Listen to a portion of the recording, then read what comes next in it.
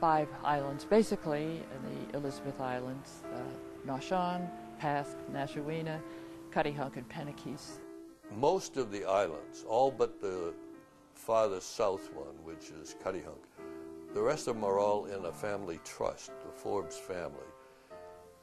And this came about in the middle of the 1800s. And now, it's done a miracle.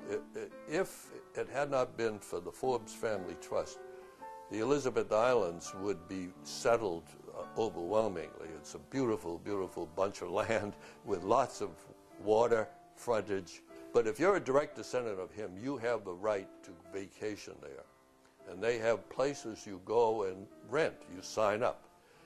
If this hadn't happened, I can't imagine how different the prospect would be visually. And all you see from the Vineyard when you look over to the Elizabeths is this wonderful empty island, just as it was when the Indians were here, before the English. It looks so wonderful, this naturalness.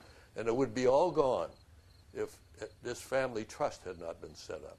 Cuttyhunk was named, first of all, it was called Pukatahunkana by the Native Americans, which means at land's end, which makes sense, being the last of the Elizabeth Islands.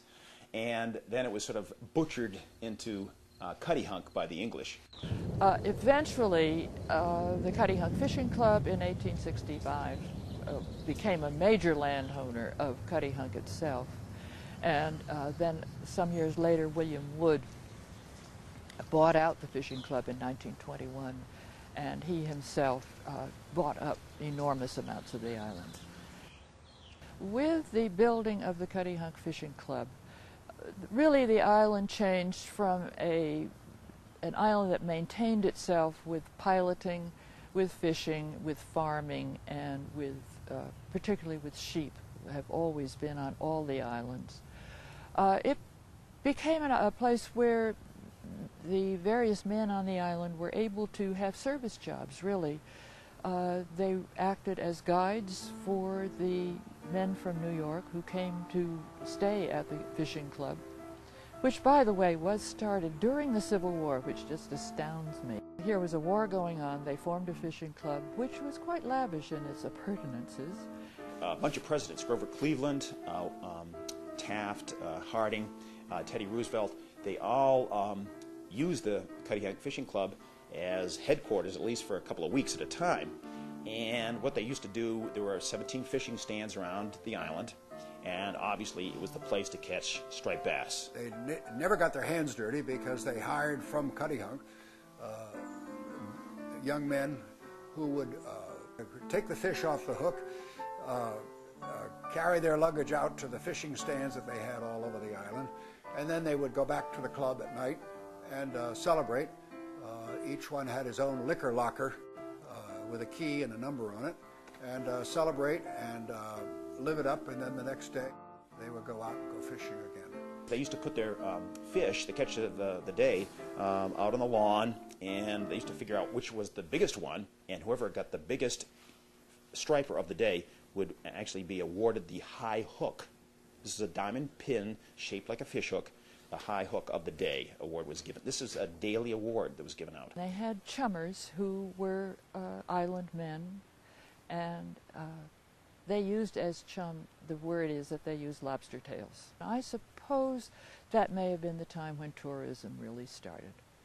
After that, because of the running of the ferries, towards the end of the 19th century, ferries were coming over and bringing guests who came for lobster dinners, which I believe cost about 50 cents.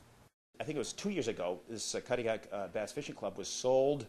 Actually, it was advertised as it was for sale for $2.3 million, I think, and they sold it as a bed and breakfast last summer. So now it's basically run like a bed and breakfast, and you can stay there, and you can, they pretty much maintained a certain part of it, just like it was during the old days, with the presidents staying there. One of the biggest changes you'll see today, years later, is that the island is now completely forested with low-lying bushes and chokecherry and things like that. And now this stuff called switchgrass has come in, and it is enormously tough. My husband and I came down in 1952 and absolutely, like many, many others, fell in love with the place. So we have been coming there for a good long time now. I think the magic of Cuttyhunk is the weather, the island location, the fact that it's hard to get there, and there's something that most people treasure about it.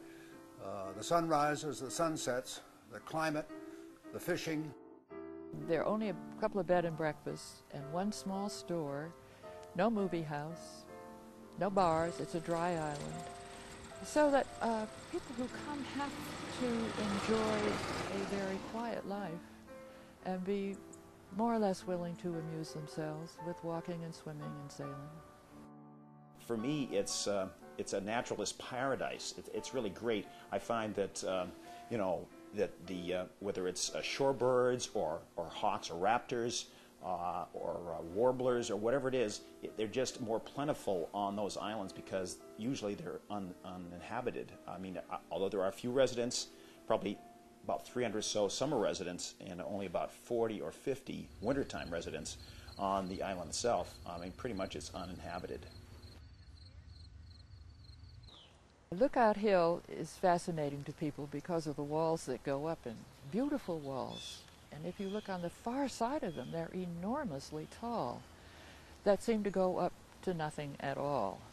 And it is a story that there was to be a house there that was built by William Wood, who owned most of the island, whose son died before the house could be built. So that's why it's an empty space.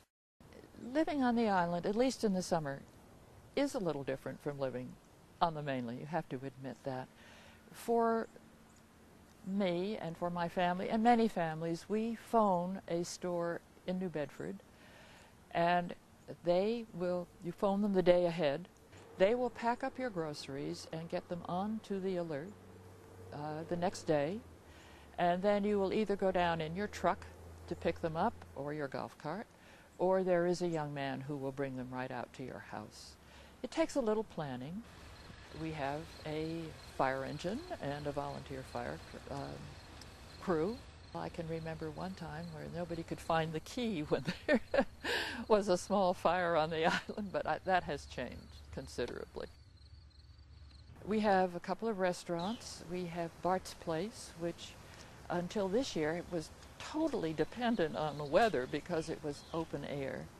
There are a couple of gift shops, and they do very well. And they have a nice selection. While going to school on the Big Islands is pretty much the same as on the mainland, school on Cuttyhunk is a throwback to days gone by.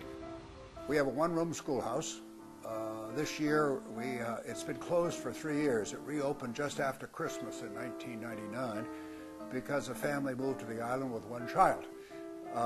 Today, it is open, but there's only one child of school age, but then we have another child who is there because the teacher is there, and why not?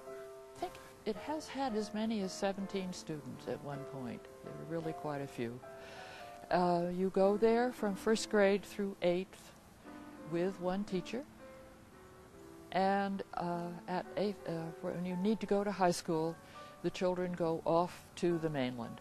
The town pays you your tuition and a stipend for room and board to go and pick the town that you wish to continue your education in. The school was closed for a couple of years, and that was very sad. You felt its emptiness.